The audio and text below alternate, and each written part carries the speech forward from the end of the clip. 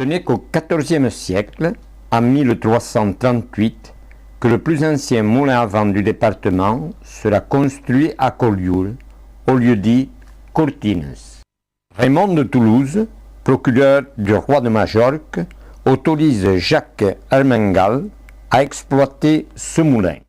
Il devra s'acquitter d'une somme de 100 sous d'or de Barcelone, soit 25 000 francs ou 3 811 €. Il sera tenu de payer chaque année, à Noël, 2 sous de cens à l'hôpital Saint-Jean de Jérusalem et au roi la 14e partie des fruits qui poussent sur la dite pièce de terre, ainsi qu'une aminate d'orge. Une aminate est une mesure de surface qui équivaut à 60 arts à Perpignan et à 64 arts en Val-Espire. L'émine est la quantité d'orge nécessaire pour ensemencer une aminate, soit 143 litres 600. Sensibilisée par les amis des moulins catalans, la municipalité de Collioure s'est mise en quête de subventions pour sa restauration. Auprès de l'Europe, la région, le département, les monuments historiques, la direction des sites. La société Villemort Construction de Perpignan a restauré le fût en schiste. Bernard Garrigal a créé la charpente, la couverture et le mécanisme de menuiserie. Les menuisiers de M. Garribal, véritables artistes, ont utilisé le tronc de l'olivier abattu pour le loquet de la porte et l'escalier intérieur. Ils ont aussi sculpté des poutres.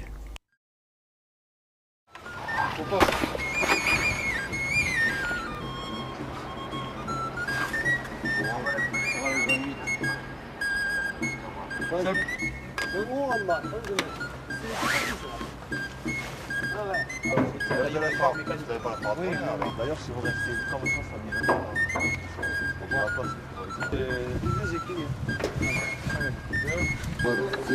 Et pour après redescendre, il faut le buffet.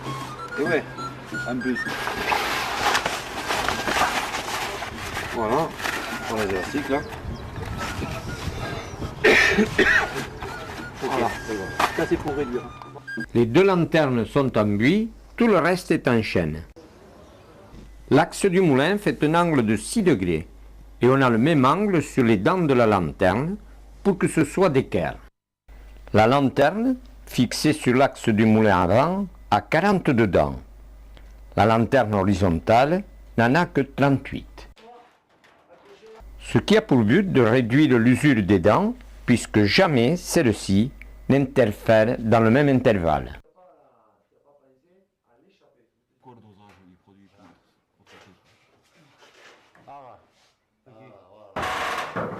Si j'avais pas un écrou dessus, il s'écarterait pas le frein. La première fois qu'on a inventé un frein à tambour, c'est sur les moulins à vent. Par contre, tous ces coins que tu as, il faut de temps en temps les vérifier. Voilà, on pourrait avoir un bon petit maillet. On est à peu près kiff-kiff, là c'est juste un angle, et là je divise par deux. Ouais. Donc quand tu tournes à 20 tours dehors, tu tournes à peu près à 10 tours ici, les meules. Ah ouais.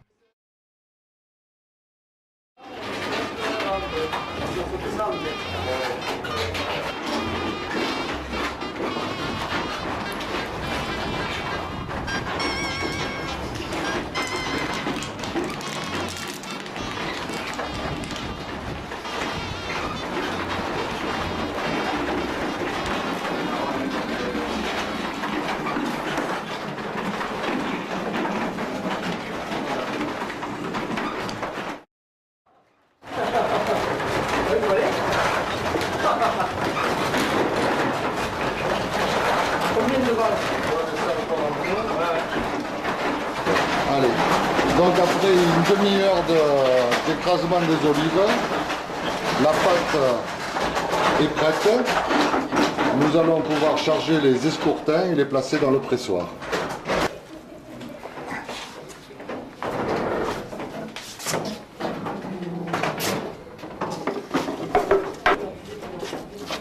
À l'ancienne, tout se fait à la main. Un escourtin, une couche de pâte d'olive et ainsi de suite jusqu'au bout.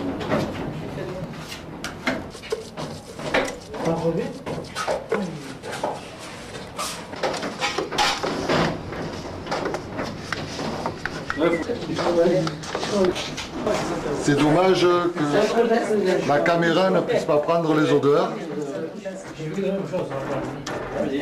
On a le bruit.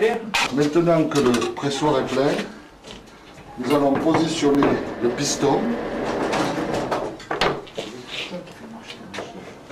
Voilà.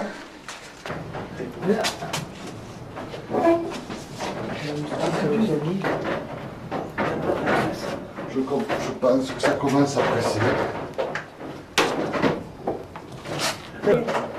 Le jus d'olive primeur.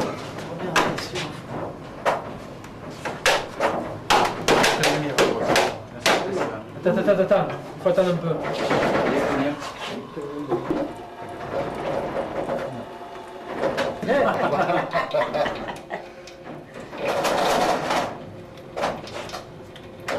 Ça sort plus vite que ce que je pensais. Faut pas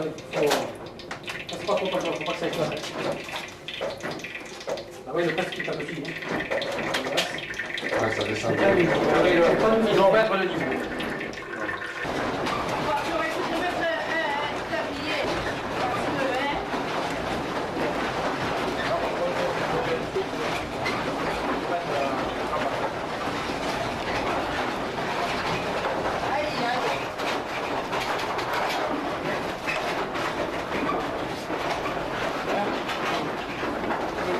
Quand ces résidus, on fait chauffer, on la represse et on récupère encore de l'huile qui est de l'huile de qualité inférieure, qui sert souvent à faire du savon, des savonnettes, des cosmétiques. Sur 10 kg d'olive, nous avons obtenu à peu près 1,5 litre de jus d'olive que nous allons mettre maintenant à décanter afin que l'huile monte au-dessus de l'eau qui est plus lourde.